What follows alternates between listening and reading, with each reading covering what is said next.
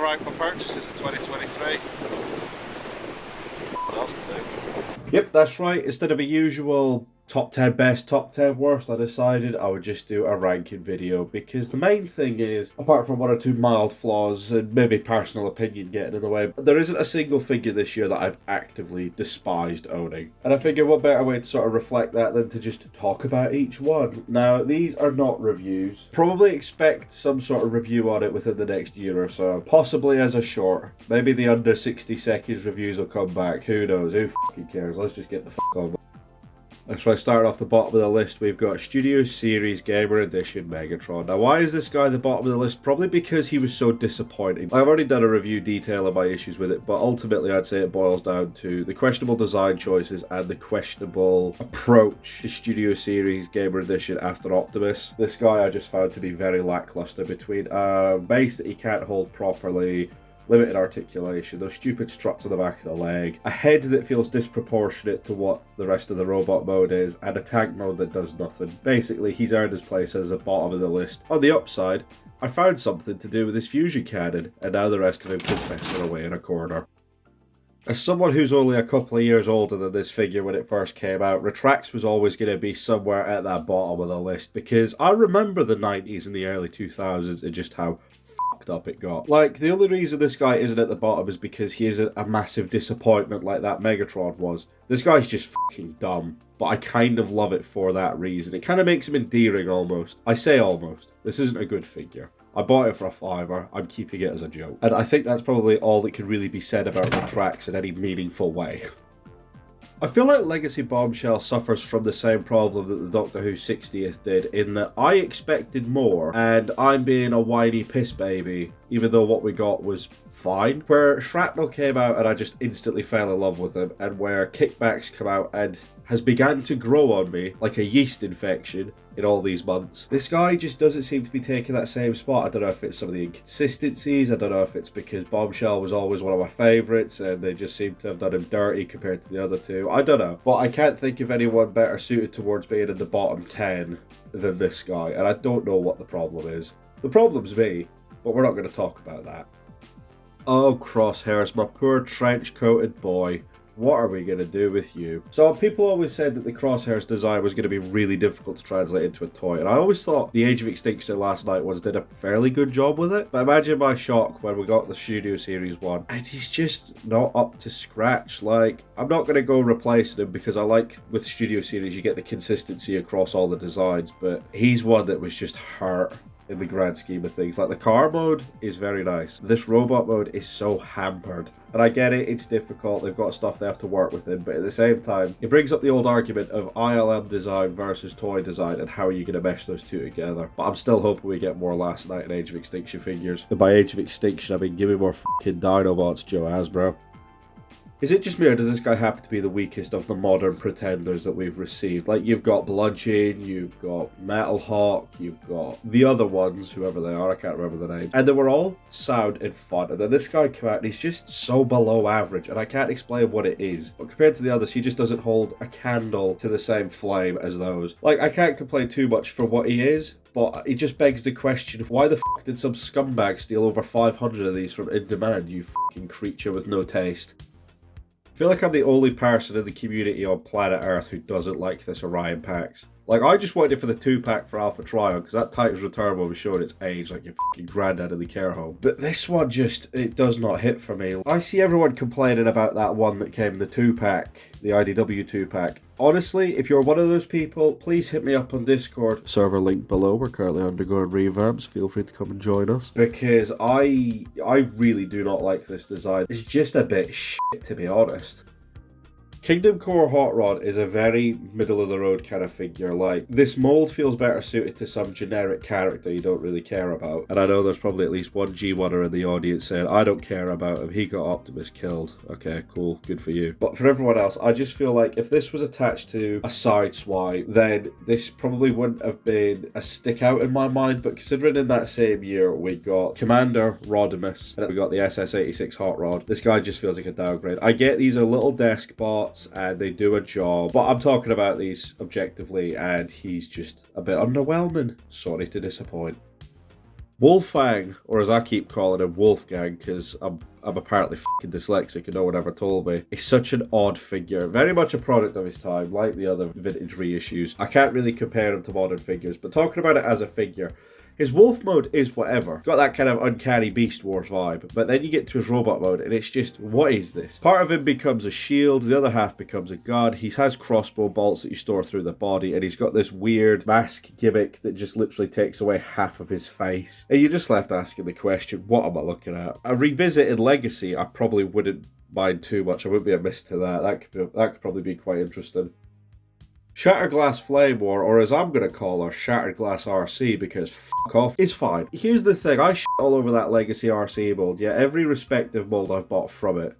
In other words, this one and Road Rocket, I enjoyed more than that RC. You give it to a character who doesn't really have much of anything going on, and it's fine.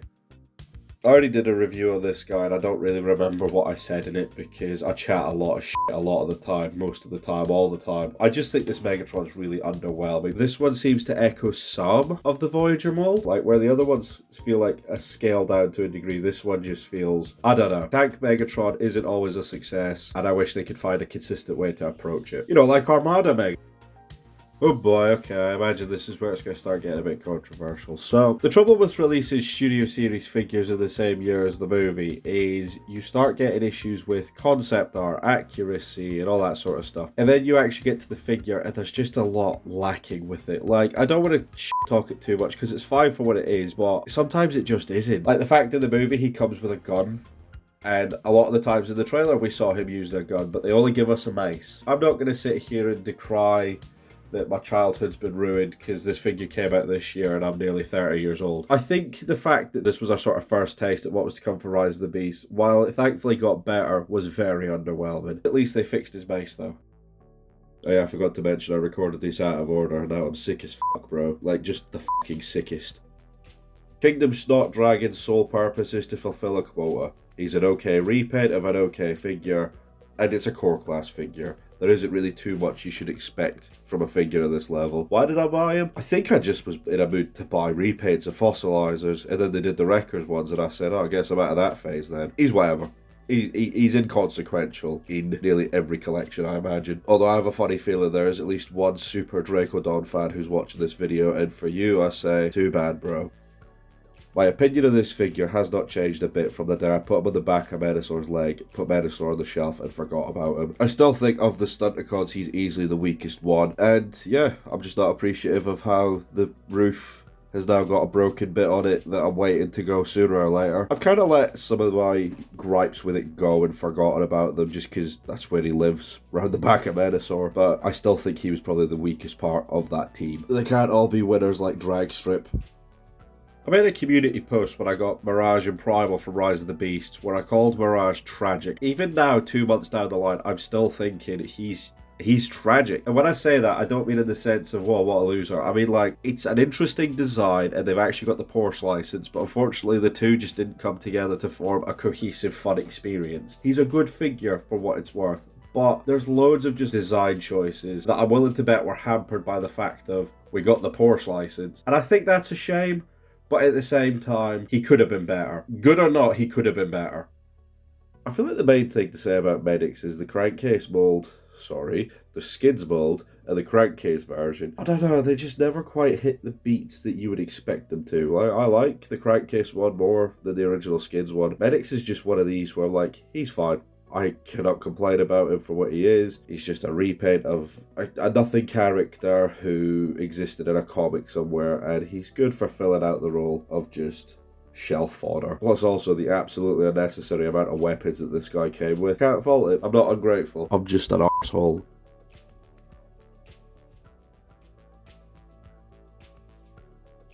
Like, you see what I mean? Ah, shit, sorry, bit of time travel humour. You're watching this in the correct order. Aside from my little issue where they gave me two of the same side exhaust pipe and I couldn't really use them, Towline is just, he's just a thing. He just exists. I know he was a bit of wish fulfillment for Mark Mayer and he really wanted to make a Towline, but there's nothing really exciting going on for him. He's got a bit of a goofy Mystery Machine colour scheme. He's got a funky looking head. And apart from that, he's fine. But he's just not that exciting. It's not my fault. Shatterglass Wheeljack. No, I'm not saying it, and you can't make me. An Exosuit is just basically two straight up repaints from the Earthrise line. They're very good for what they are. I like them, but I could see why someone wouldn't be willing to pay the money that they cost for two deluxes. Especially two molds where, while good, and I like them, if everyone isn't in the same boat as me, you can't really fault them. Like, I can see people having issues with this mold. I've got my own issues with the original release of Wheeljack that this one thankfully doesn't seem to have. All that's left for me regarding these two is just to order some Shattered Glass Autobot faction symbols, and then I'm golden. Studio Series Rise of the Beasts RC is a figure I go backwards and forwards on because on the one hand, it's a core class, you should never expect too much. On the other hand, it is a bit shit. Like, it's not very accurate, it's not very posable, and I imagine if I put it in the same bracket as Mirage, I would probably be like, yeah, they're both fine, they're just hampered by certain little things, but where Mirage's is corporate greed, I would probably say RC's is just limitations of the scale. But I get what they were going for. They wanted RC to be small, and RC is small, but perhaps too small. That's not what she said. You can't prove it. She said it's adequate for what it is. Axle Grease is a very interesting, if completely underwhelming release. So it's nice to see a Junkion Decepticon. I love the colours and the fact that they inverted the traditional orange and black with purple and blue. I think the head design's very nice, the sculpted detail's wonderful. I appreciate the vehicle mode. There's nothing really to say about this figure that I dislike, but I just don't take to it as well. I think this mold just kind of gradually got less and less excited every time they used it. Beast Wars Cyber Shark was one of those figures. I love it. It's so goofy and fun and just a selfish arsehole with the way it commands my attention in every single way. And I'm here for it. Like, it by no means is it an amazing figure. That's why it's this low down on the list. But he's just fun. He's a relic of a time long gone where I can just appreciate everything it sets out to do. There's nothing that hampers it. It's just an unashamed hammerhead shark. I imagine the hammerhead shark probably has a big influence on the way I think about this guy. Let's move on. Kingdom Core Class Soundwave is an absolute delight. Like Optimus Prime, it's one of those iconic designs that they've been doing for 40 years, and it's probably really hard to f it up at this point. Down to the accessory of a ravaging cassette mode that actually goes into his chest, as well as the two weapons. Like, this guy's just the perfect little companion to any display. Like, on a level, I absolutely love this figure, and if the time comes that I ever get rid of the bulk of my collection, I imagine this would probably be one that I choose to keep just to have on my desk. See, this is what I was talking about. There we go, now we're watching in the right order. This original release, the colours just pop. The head tells a good little story where you're like, is this guy like the Cup or Ironhide of the Junkyards? Is he just a grizzled old guy? Was that an industrial accident that caused him to lose an eye? Who the fuck knows? Better yet, you can kind of fill in the gaps. This is probably my favourite use of this mold, but I still didn't take to the Junkyards as well as everyone else did. Granted, I didn't get Trashmaster, so who's to say?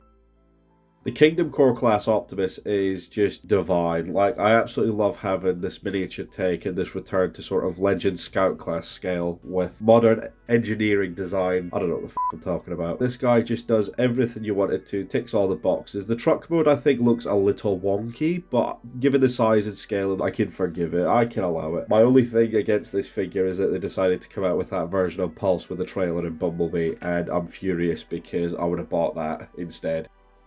What can I really contribute to the conversation involving Bumblebee movie Thundercracker from Studio Series? It's the Seeker mold, but it's the Starscream one with Blitzwing's head. It's blue. I think I did a review on this guy. Did I do a review on this guy? Anyway, yeah, as far as it goes, this figure's, he's fine. He's nothing exceptional. He fits right in with the rest of the cast, and he's not Soundwave. I'm just surprised we never got more given how many Seekers were in that scene. Like, holy shit.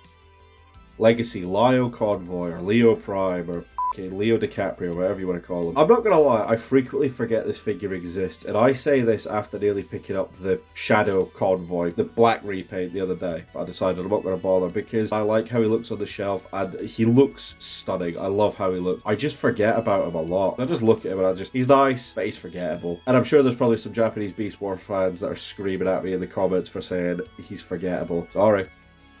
There's just something about this figure that just outclasses the other Insecticons and just is peak. I really wish I could sit down and actually explain why I love Legacy Shrapnel as much as I do, especially over the others, but I don't think I've got it in me. There are many people out there who are much smarter than I am that can articulate their words, but unfortunately I'm not one of them. As it stands, I just think he's my favourite Insecticon. He just got a lot of things working for him. I appreciate everything he does. He just looks fun and he looks good and he looks like a devious little bastard in all the best ways.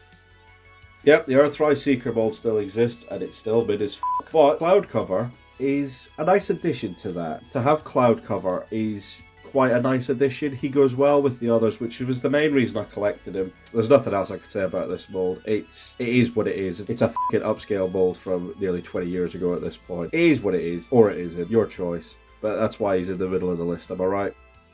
Hey, did you guys hear Sheep transformed Rise the Beast Rhinox wrong in his review? Yeah, and I'll do it again. Anyway, let's talk about the actual guy. So, originally with Rhinox, I thought he was going to be a lot lower on the list. But as I actually look at him now, I kind of grow to appreciate him. I still think he's got some weird proportions and some questionable little choices that he makes. For a guy who had no lines and has no riz, he does a pretty good job. And I still think I'd be inclined to say he's probably the best Rhinox we've gotten, just because of what he does do and not what he doesn't do. I think Crash Bar in general is just my favourite of these post-Studio Series 86 Junkions. The motorbike mode is nice and the robot mode is just, I think he's just something different, and that's why I appreciate him as much as I do. This is probably the highlight of this little subline. Keep in mind I say this as someone who doesn't have Trashmaster. Twincast is another in the line of cassette playing alt modes that transform into robots in similar ways, and he's fine for what he is. I think maybe I'm just getting burnt out on the blaster mold, given this was the third one I've got. It's a shame that they still use clear plastic for rewind. I don't hate this by any stretch of the imagination, but it just doesn't stand out to me. I'm sure he'll especially serve a better purpose if you don't own a blaster. I think the key thing I need to keep in mind with this Ultra Magnus from Animated is that this is the oldest figure here. I'm not talking about like the Beast Wars reissues, because they're reissues. You know, they were made again and reissued. This is actually from 2008. As a result, he's showing his age, but he's also just got a lot of the quirks and, dare I say, defects from that age. You know, like an emphasis of lights and sounds over articulation and posability. And it's nice to finally have an animated Ultra Magnus as someone who's trying to make an animated collection. He's probably just this low down on the list because he just didn't have any major impact or resonance with me. Yeah, I think that about sums up animated Ultra Magnus. The 4 Maximals we got in Rise of the Beast, 5 if you include the inevitable Optimus Primal retool. Airazor was the one who had the least to work with, because all she had to do was nail the bird mode. I think she does. She just doesn't look as big as what she should. But that's a scaling issue. That's for the real nerds that know mathematics. I'm not one of them. I'm just a fucking loser. Talking about Airazor's robot mode, because this is just a Kingdom retool, it does what I expected it would. And that mold was probably one of the best lines to come out of Kingdom. Like, I had my little QC issue where the elbow was on backwards, but I managed to fix that. And hey, now she's got a double jointed elbow. It does make me wonder if a robot mode was ever designed for Airazor for the film. That's something I would be interested in knowing.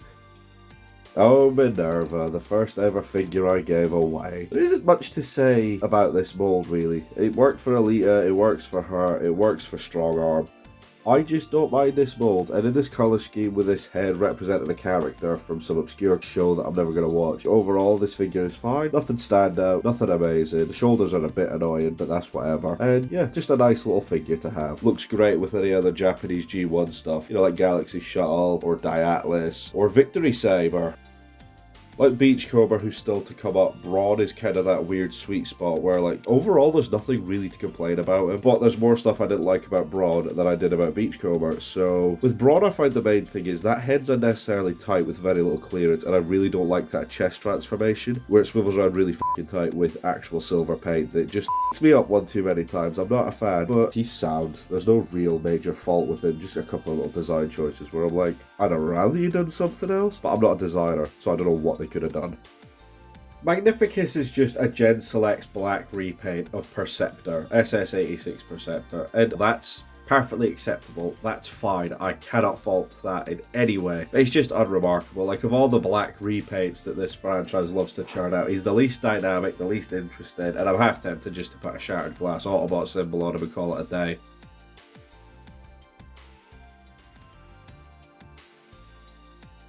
I feel like I've summed up Beachcomber probably the best I ever could. He's perfect. He doesn't step anything out of line. He does everything you want him to. The vehicle mode's nice, the robot mode's nice, the PVC tires are nice, the burb accessory is just a godsend. There's just nothing remarkable about him, and that's okay. But unfortunately, it just makes him a bit of a forgettable experience. But I'm a bitter, cynical old man at this point, so I wouldn't probably take too much of what I say into consideration. As the first of the Legacy Armada stuff that represents stuff I never owned, Hotshot is nothing exceptional. He does exactly everything I wanted him to. They eventually did a Power Links repaint that I just didn't care for. I like him. The weapon kind of annoys me a little bit, but I appreciate everything else that this guy does. He's not perfect, but for something that I was never able to get my hands on, and for something that when they eventually did revisit it was a lot of shit apparently, I'll take it, and I'm not mad about it. Metalhawk fills me with an unexplainable, near acoustic level of joy. I don't know if it's the fact that he's made of gold plastic that won't crumble like my adopted son Fall Titan in my hands. I don't know if it's the fact that he's a partial for one of the best figures we got of the last 5 years. I don't know, but I really like this Metalhawk. I think it also kind of gives me animated vibes, which explains a lot, but it also expands on the loadout. The jet mode's nothing amazing. I don't know, I can't explain my love for this figure. He's just neat. Oh no, we're already getting to the point where I'm just batting off every argument with, yeah, but I like it, so sake. Okay, carrying on. Oh, yes, we are so back. So, while Legacy Prime debuted with RC, Bulkhead, Knockout, very questionable releases, animated, Superhero landed, and ran, and it's beautiful. I love this figure. I never owned the original, and I've heard people say it's not as good as the original. I don't like to compare to older toys. It's one thing if it's like a year, or like a mainline to a studio series or something like that, but comparing a deluxe in 2023 to a deluxe in 2008 doesn't feel right to me. So if we're just talking about what I've got in front of me, I love him. He's great. And I'm just glad we finally got animated back with a fucking bang. Shatterglass Soundwave is just a fucking delight to own. Now, granted, I know there was a lot of problems people had with this figure yellow, and I think mine might be showing little mild sides of it and not as drastic as what other people had experienced. And I can imagine from that perspective it would be extremely frustrating. Trust me, I bought the Starscream. I know how shit this can be. As someone who owns this figure and it didn't start going yellow on me, I can't complain. Like, it's that Netflix mode that everyone desperately wanted to get their hands on, and for good reason. Ultimately, I really enjoyed my time with this set. Like Battletrap before him, Scourge was hampered by the fact that he's just too premature. They should have left him to sit for about a year and then brought out this figure. Some of it's just very janky. Like, you look at the head on that neck and then you see the movie and you're like, okay, it wasn't nearly that dramatic. And then you see the shoulders and the backpack and it's like, okay. Now, I don't know how much they could have actually matched the model, but that's whatever. That's a problem for a future discussion in Joe Hasbro's fucking office. But my bigger issue with this one was the more structural issues with it. So the head always popping off. The back assembly is all clear plastic, so it takes nothing for it to break. Like, I've seen people say that this figure's fucking horrendous, and while I don't quite agree with that sentiment, I understand it. For what he is, he should have been a little bit better handled.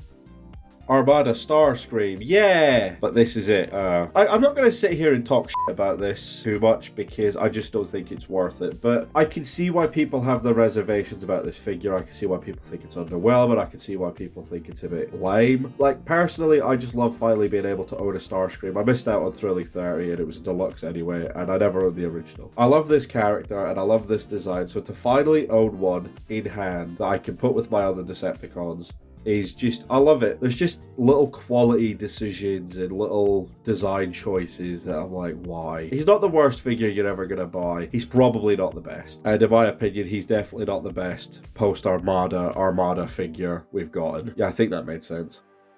Strong Arm is where my collection also started to get into weird unknown territory because I'm like, I haven't watched this show, I know nothing about this, and I've just got this retool. Yeah, some of the proportions of the figure compared to the renders and artwork from the show that I've seen don't quite stack up the same, but all in all, for a legacy attempt at something, I would say it goes well. I would say it goes down well. And the upside is she goes well with Knockout, Hotshot, Prowl. But just watch the review. That'll basically sum up everything about it and why she's definitely not top 10, but she's definitely not bottom 10.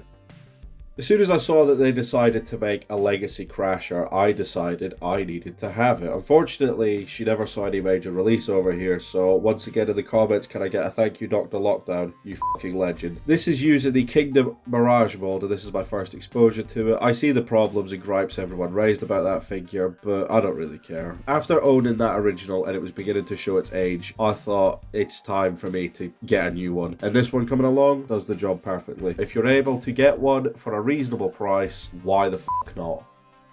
SS86 Snarl is a figure that a lot of people weren't sure if was ever going to happen. It makes me happy that he did happen, and he's pretty alright. Now granted, he's quite low down on the list, and I think that's just because as we've gone through the Dinobots, even though they're all engineered really well, and they're all quite nice, it's just becoming that little bit of a chore where it's like, okay, where's the next one? Where's the next one? Chore probably isn't the right word, but it's just that feeling of, okay, I'm just waiting for the next one to complete the set. First one being Grimlock sticks out, last one being Swoop will stick out, 3 in between. While fine, yeah, nothing mental. I like him, he's okay. I just wish we could have gotten some Age of Extinction Dinobots this year, Joe Hasbro, but it's fine, I'll just go f*** myself.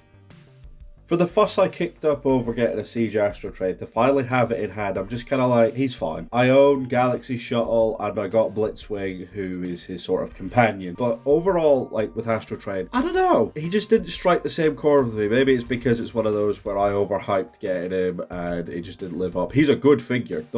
Don't underestimate me when I say that. He's a good, worthwhile purchase, and I'm happy I got him. He just didn't leap out at me for what I was expecting, given how much I like Galaxy Shuttle and how much I like Blitzwing. He's fine. I don't regret buying him. I probably just regret not getting him when he was at retail. I know I definitely passed him a couple of times. It's one of them. You never know what you're going to need in the future. What? Legacy Tarn made the list and he's this low? Why is he number 1? Why is he number 5? Why is he in the top 10? Why did my parents leave and not come back after tying me to a radiator when I was 6 years old? These are all questions that you're going to have to answer yourself. With Tarn, when I first got him back in January, possibly? I can't remember. I always had this feeling I was like, yeah, he'll definitely make it into the top 10 for sure. And then as the years gone on, his tolerances have begun to change to the point he can barely hold himself up. There was a certain repaint that came out of this guy and just put him to shame. Tarn's fine, and I understand it if someone did say to me, Tarn's one of my top 10s. I completely get it. For me personally, he's here, and I think this is a very comfortable place to put him because he's definitely not in the shitter half of the list, but he's not for me a top 10 figure, and I think that's a comfortable place to leave him.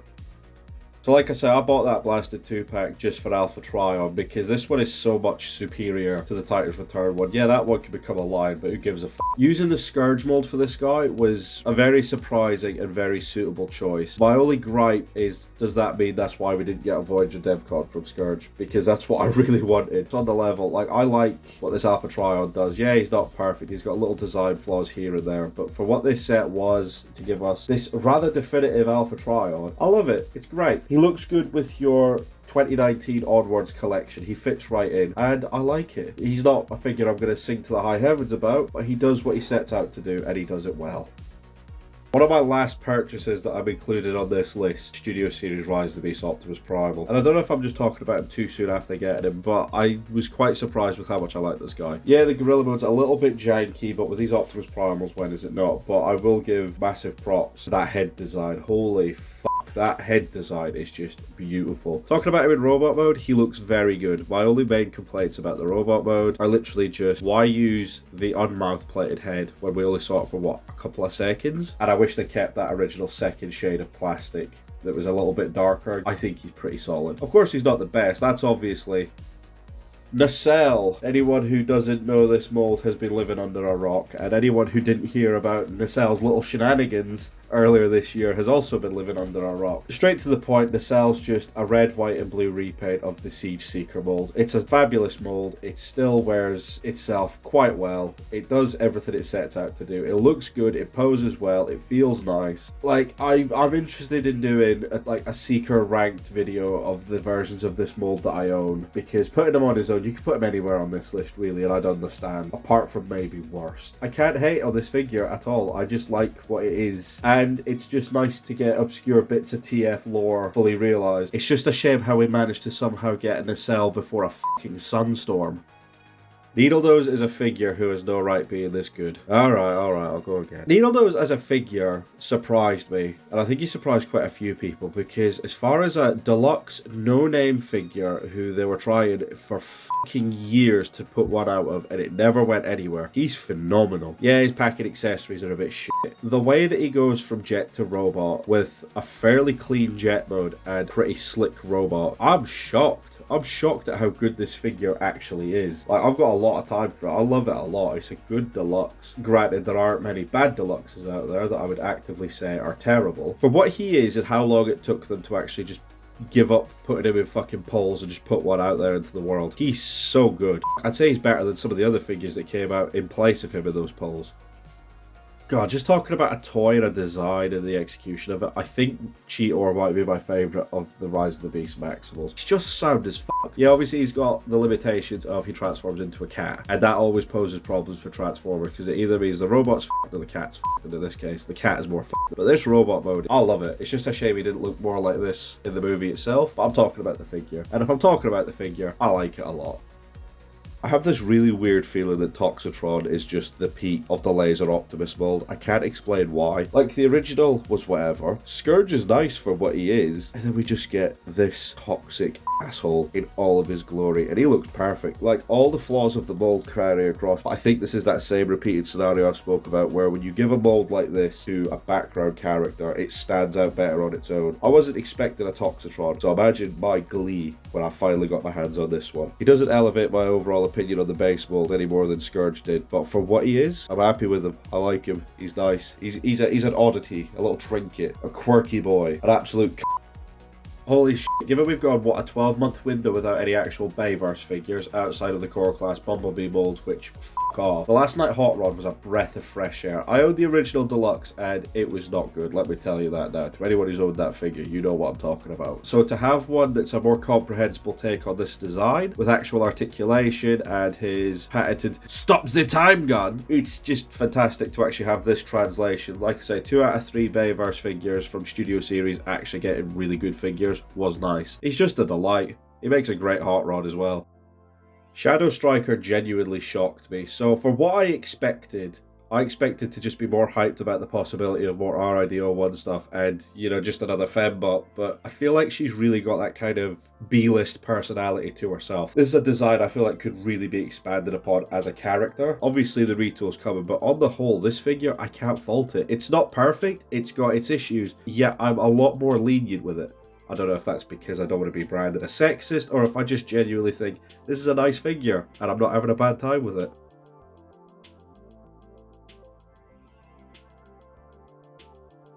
Yeah, somehow I liked Galaxy Shuttle more than I liked Astro Train. I don't know if it's the fact that he's actually a white space shuttle. I don't know if it's the jazz head. I don't know if it's the fact that he's just a random fucking Autobot from some show that I'm probably never going to watch. And he's nice. I like him. He's got good paint apps. Obviously, he comes with the same accessories as his original mold mate. Galaxy Shuttle's just a winner. That's good enough for me. Legacy, Cybertron, Metroplex. What's not to love about this guy? He's big, he's posable, he's Unicron Trilogy, he's Scottish. I traded Thrilling 30 Metroplex in to be able to afford this one. And you know something? No regrets. This will be my definitive Metroplex for a good few years to come. He's just fun. He just has so much going for him. And I shouldn't really compare him to the other one because the other one's G1 and this one isn't. But this one does so much more, and he can actually hold a pose and he's not dumbed down by electronics. He's fucking phenomenal. What? Legacy Blitzwing? And it's this close to the top 10? Yeah, that's right. I was wrong. Get it out your system. Go on, have a chuckle. Right, you happy now? Okay, cool. Yeah, Legacy Blitzwing genuinely surprised. I kind of decided to grab him because he was going cheap. Whilst the tank mode has a dick, and the jet mode wouldn't be able to fucking serve any purpose in the real world. Not that I should be looking at the real world, because these are plastic toys. Come on, sheep, get back with it. Get back in Toyland. Ultimately, I think this figure's just... he's just something. He's a different breed. I'd have put you higher, but everything above you on this list is just... better. Sorry, I can't really help it, but you're definitely a good figure, and I'm sorry I was wrong. I feel like watching Joe Hasbro and his actually wonderful associates churn out a new Studio Series Bumblebee every year is like watching a winery in motion, because each year they always seem to perfect their craft even more. Spoiler alert, this is after he comes back from the dead. Post-spoiler alert, if you still haven't seen the fucking movie 6 months later when it's on home media, that's your own fault. But then they come out with this, and it's just everything you would want out of a Bumblebee figure. Like, my only gripe is you can't have the gun and the sword attached in the same way, otherwise the sword is stuck upside down. Also, why is it just all one colour? Like, they showed they were willing to put extra colour in places. Like, just a slap of paint, just go with the grey, don't even have to go with the silver. The Legacy Nemesis. I think the only reason this one outranks Metroplex, because I'm nothing but glowing things to say about him, is just because not only is the Legacy Nemesis a pretty good Titan, all things considered, but it also retroactively makes the arc better by giving it a companion piece. And I know that sounds weird, but I know what I mean, and I'm not going to explain it. You're just gonna have to keep up. I'm sorry, I don't have the time to explain myself. I recommend you get it if you can. Obviously, if you're limited by space or budget, then I feel fucking sorry for you, because I'm living life large with my big woman that I had to get out of the bathtub because Mrs. Wielder was going to throttle me. But the good thing is Mrs. Wielder isn't here now, so back in the bath she goes.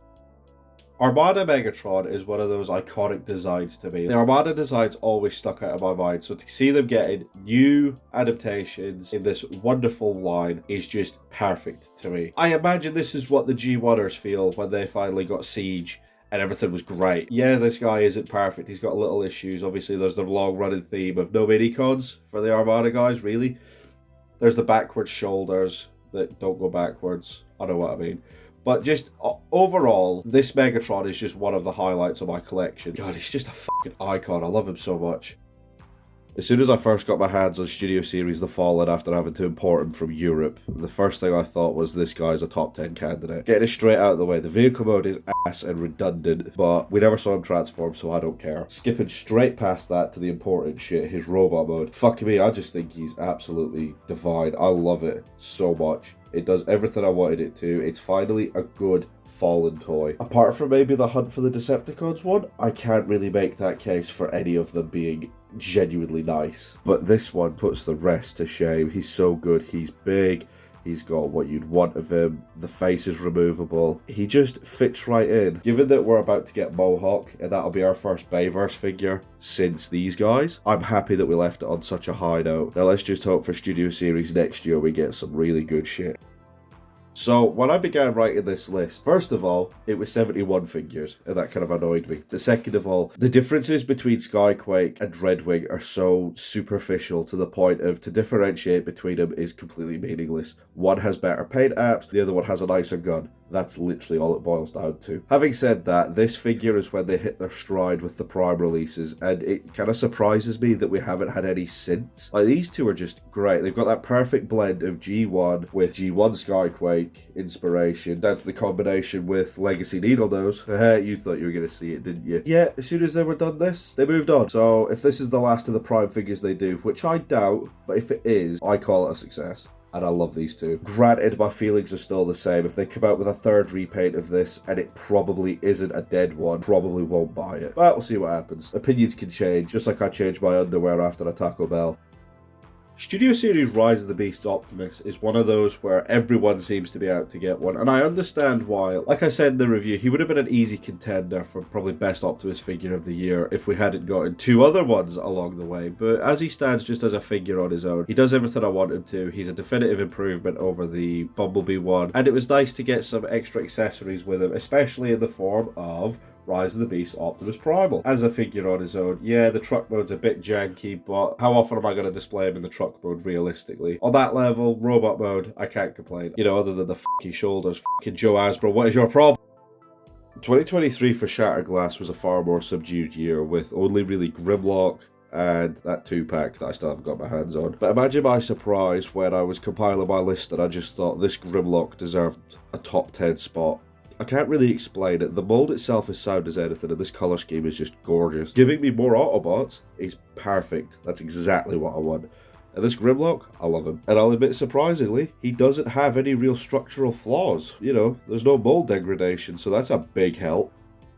Alright, we got Victory Saber. I think this was the first figure I got in my little window of December to November. I don't know if I'm just ranking him really high because he's a HasLab and I just want him to be good, or if I genuinely think he's good. But I'll put my point across. While Victory Leo is just more of an accessory and he doesn't do much, but he does some stuff, but Star Saber as a whole is just perfect. Like, I've seen a lot of people say that he does the job better than the Masterpiece one, and I've seen people actively try to get rid of their Masterpiece copy to get their hands on this one, and I kind of get why. This one just does everything that I wanted it to, and I I'm happy with the experience. Yeah, there was a lot of people saying about they had shitty QC, and I think mine had something. Oh yeah, one of the antennas doesn't stay up properly. But looking at the figure as a complete package, I'm really happy that I actually sat down and got it. He was just fun to mess with whenever I had him down, and I'm looking forward to getting him next to Deathsaurus when he eventually arrives. No thanks to Joe Hasbro and his fucking internal hatred for the British.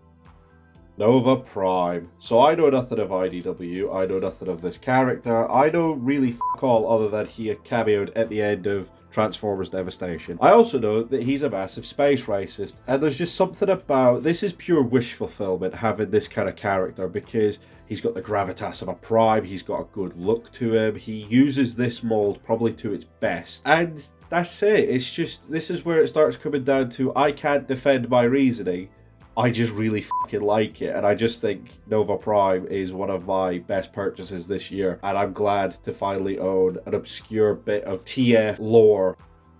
God fucking damn it, I love this guy. He's just so good. I didn't bother with any of the Studio Series Gamer Edition figures outside of him and Megatron, and it's almost upsetting how Megatron turned out compared to him, because he does everything I want him to perfectly. Yeah, sure, there's certain little imperfections, and maybe my complaint about the head being a bit small can carry over to this guy as well. I sold off my original, and I do not regret it. I like that figure. I like this one more. I love it. I love having this guy. If Studio Series Gamer Edition doesn't last, then I'm glad at the very least that he gave us this guy, because wow.